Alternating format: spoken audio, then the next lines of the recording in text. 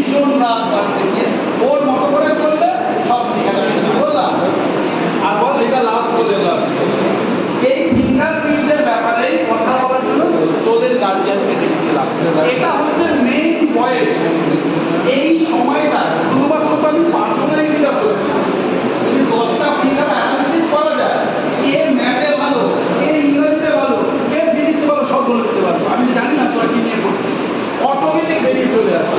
ওরটা কি লেফট হচ্ছে hold, right right হচ্ছে লিসেনার, লেফট হচ্ছে হোল্ড। দেখ ওর ঠিক উল্টোটা,